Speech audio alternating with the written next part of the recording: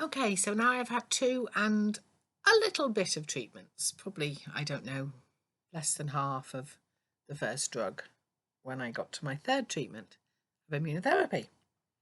In the meantime, I had my scans booked to see how the treatment was working. So the treatment that I had the reaction was the 27th of January, and I had an MRI scan of the brain on the 7th of February and a CT scan of everything else to look at the kidney on the 10th of February. And obviously the results have to be analysed as they had done previously and sent to the specialist concerned. So it was comforting to know that I was actually having the scans. And early days, as I knew, but at least I would know whether it had got worse, which was what I was concerned about. That any more had broken off into the brain or wherever else it might have. And looking forward, although very scared and nervous about getting the results of the scans. So that was early February, 7th and 10th of February. The treatment where I'd had the allergic reaction was 27th of January. And my appointment, my scans were the beginning of February, and my appointment with the doctor, the oncologist, to discuss the results of the scans was on the 21st of February. So I had a face-to-face appointment with him in his consulting rooms, in his office, whatever they like to be called, I'm not quite sure. And he went through the results of the scans. So by this time I have had 2 full immunotherapy sessions. I'd had earlier in the year before, or the back end of the year before, I'd had the brain tumour removed, 2 immunotherapy sessions and 1 very short immunotherapy session where I'd had the reaction. He told me that there was no new ones growing and there were signs that there was some shrinkage. I can't go into great detail because I didn't make a lot of notes, which I probably should have. But I do remember there was no bad news, and that's what was so important to me. And it was agreed that we would go ahead with the treatment as planned, with future scans every 12 weeks or so, just to see how the progress was going. So I left that meeting feeling a lot more relieved. I'd had a particularly bad few weeks whilst waiting for the scans, whilst waiting for the results. So I think you go through that feeling of not knowing what is happening. And also around this time, I received a phone call because they had referred me at my request to a psychological member of the team so I could discuss my feelings and what I was going through. I think even though it had all started the best part of 2 months earlier, all of a sudden the whole, not seriousness, but the whole possibilities and the outlook hit me very hard all of a sudden. And I've got a lot of supportive friends and family, and they were very, very good for me. But it did help to talk to someone who was outside. So anybody else who's going through it, don't feel afraid to.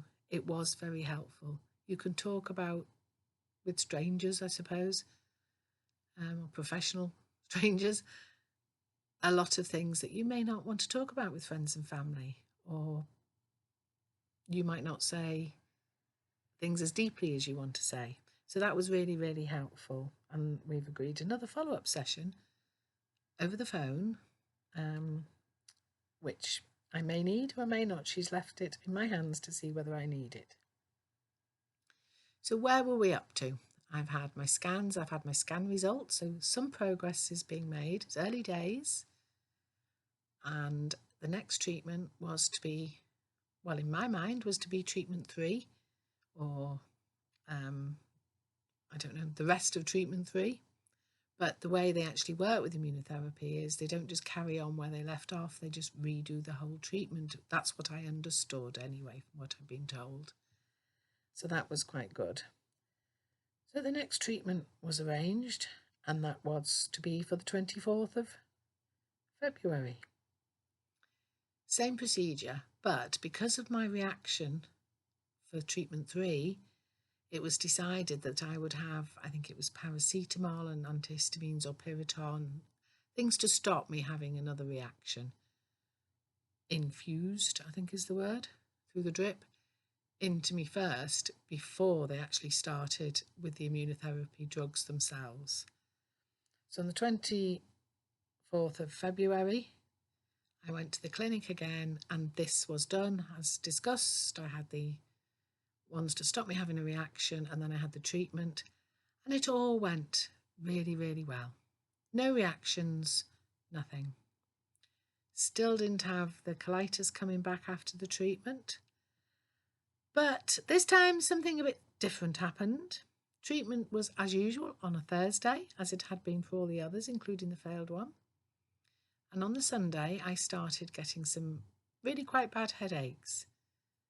I think we've all have headaches. I've never been a migraine sufferer, but these were constant. I was alternating paracetamol and ibuprofen, and it was just lingering. It wasn't going. So on one of my many regular checkups with the immunotherapy team, when they ring to check how you're going after your treatment, I did point out about these headaches, and they did ask me to go back into the clinic and to go and see one of the specialist doctors who was on call at the main cancer centre.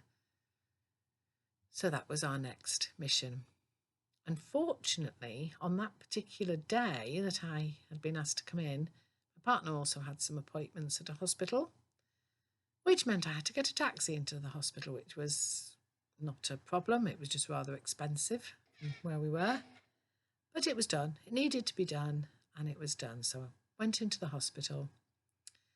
They did, the doctor that came to see me in the room as an outpatient did various tests on me, vision tests, follow my finger here, when do I move it, this sort of thing, lots of other tests, and went through the symptoms with me. He kept asking me a lot of questions about things like menstruation and periods, and I did say that was long gone.